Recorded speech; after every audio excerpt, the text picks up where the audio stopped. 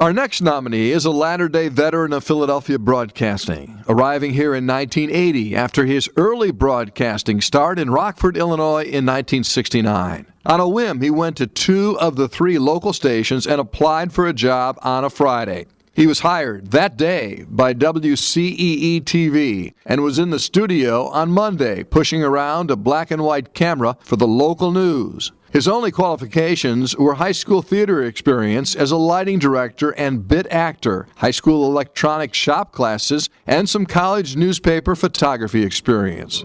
Dave did all the usual studio jobs and graduated to directing 3 years later.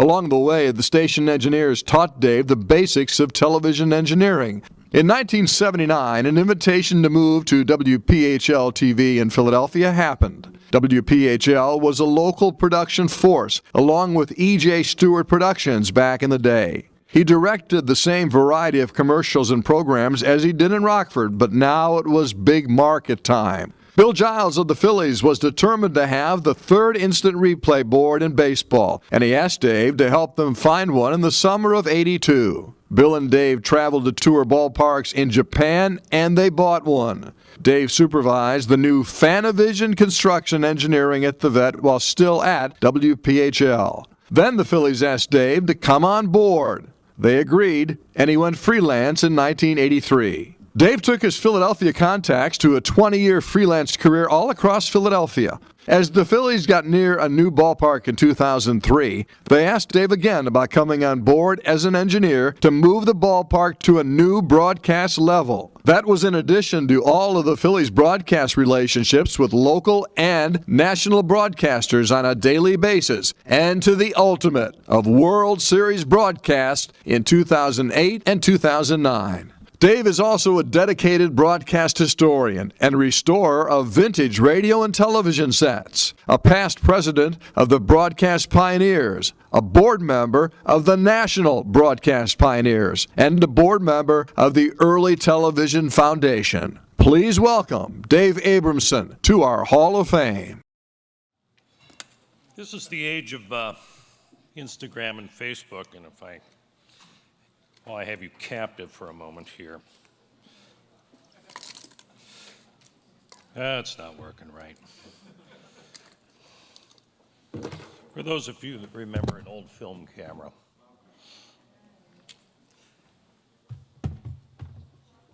we've come a long way since this old Bull-X was a friend of mine that went into service out in 1973 in Rockford. This thing saw a lot of car crashes, floods, farm stories, and all the rest of what was news coverage in a day. A lot has changed. Your cell phone is all you need. Thank you so much tonight for this honor, and thank you to the Philadelphia broadcasters I've gotten to know over the year for welcoming me into this special community starting in 1980. And thanks to Scott Palmer for that voiceover work. This community is just a wonderful, wonderful size. Not too big, not too small, just right. And joining the hall tonight as an engineer is special for me, as we're honoring one of our top engineers in this city a bit later. And kind of ironic on the day that KYW moves to Entercom. And good luck to the station on all that. That's going to be very wonderful. To you college students out there, I'm probably your worst nightmare. I applied for a job on a Friday at a TV station at noon. I was hired at 4 in the afternoon, and I started on Monday pushing a camera around in Rockford, Illinois. What a great place to learn. It was 1969. Our station was 4 years old. We thought we were geniuses in the studio, inventing everything as we go. 10 years later, I get to Philadelphia and figure out, oh, wait a minute, they did this a lot earlier. But we thought we were smart. I'd never thought about moving to Philadelphia until one day the late Bob Clark of then WTAF called me and said, hey, there's a job out here at WPHL. They hired me.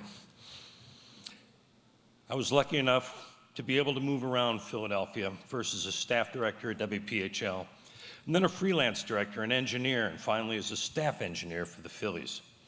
All of these people and places gave me more fun and professional fulfillment than I could ever have dreamed of out in Rockford, Illinois.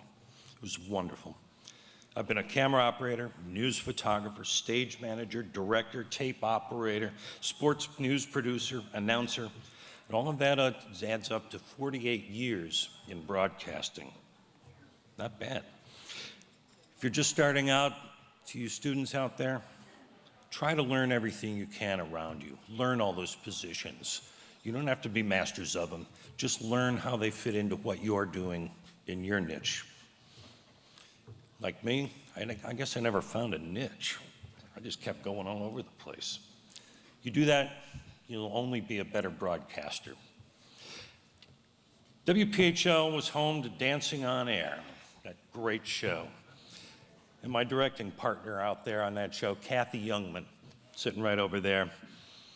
And I learned so much from her when I moved here to Philadelphia about television directing and how to do it. In directing that show, I really now understand the nostalgia for Bandstand in its day. Dancing on Air still gets the same sort of nostalgia when it comes up 35 years later. And my good friend, the original host, Eddie Bruce, is sitting over there. He'll be autographing out in the lobby later. And to add to that directing, I did some of the best bad television commercials this city has ever seen. I did some dogs, ooh, frightening. But the cast of characters that came through that station was wonderful to watch. There were genius ad agencies that came through with all their creative, like Jim Spark from Wanamaker. I don't know if anybody remembers Jim, but he was just in another world of creativity. It was delightful clients at the station, like the Deliverance Evangelistic Church up on North Broad Street, just the most wonderful family that ever invited me in.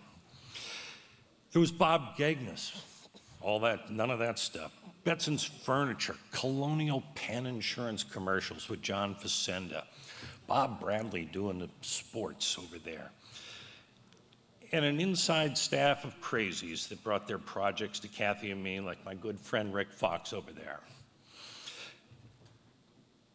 And I cannot miss Mother Lenz, Dory Lenz. I was her personal director for several years, and she brought me into the Pioneers, and thank you, Dory. One day I was assigned to do some Phillies ticket commercials. And Denny Lehman and Joanne Levy came in to do that, and they said, oh, by the way, would you help us look for a big instant replay screen? Huh? What do I know about that? Sure, I'll help you. Bill Giles wanted one so bad he could taste it. And I was the only television production person they knew. I guess that was the age before consultants. Maybe I'm an early consultant. We went to Japan, we looked around, we built it. We moved to a new ballpark, we built it a couple of more times. And that began a friendship and a career with the Phillies. And to have David Montgomery here, he's my special friend for 35 plus years down at the Phillies, means so much to me. Around the corner there is the beautiful Mindy Cost, who I also met at the ballpark, and manages to put up with all my antique radios and television sets cluttering the house. And then we go jumping in that old Cadillac and go out for a ride. Another guest at the table is my old friend Danny Baker, legendary Phillies public address announcer. Yes, who's part of one of the greatest trivia questions in baseball history. A lesser-known bit of trivia is that I have been Danny's backup public address announcer for the Phillies for 17 years. None of you knew that, I'll bet. I am the Wally Pipp of announcers. Every night, I get one or two batters in, and then Lou Gehrig comes in and pushes me aside, and I go back to the minor leagues until tomorrow night.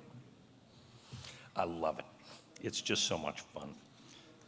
You know, it's fine to talk to 400 of you, but, you know, to talk to 20, 25,000, 40,000, that's pretty good, too. The time there as a broadcast engineer has allowed me to be in contact with all of the stations here tonight. to help them do their coverage out of the ballpark, get their news hits on the air, get the press conferences going. I've worked with Fox, ESPN, NHK Japan, all our friends, and love helping them get on the air from the ballpark. The World Series parade in 2008 was invented by all of the stations in this room in one meeting, in one afternoon, and the cooperation among them was unbelievable. It's a great day to be a broadcaster. For that matter, all days are great when you're a broadcaster, and include on that high note 2 things. Thank you to the broadcast pioneers and my time with them and their mission, and to thank all of my fellow broadcasters for so graciously having me in their house. Thank you.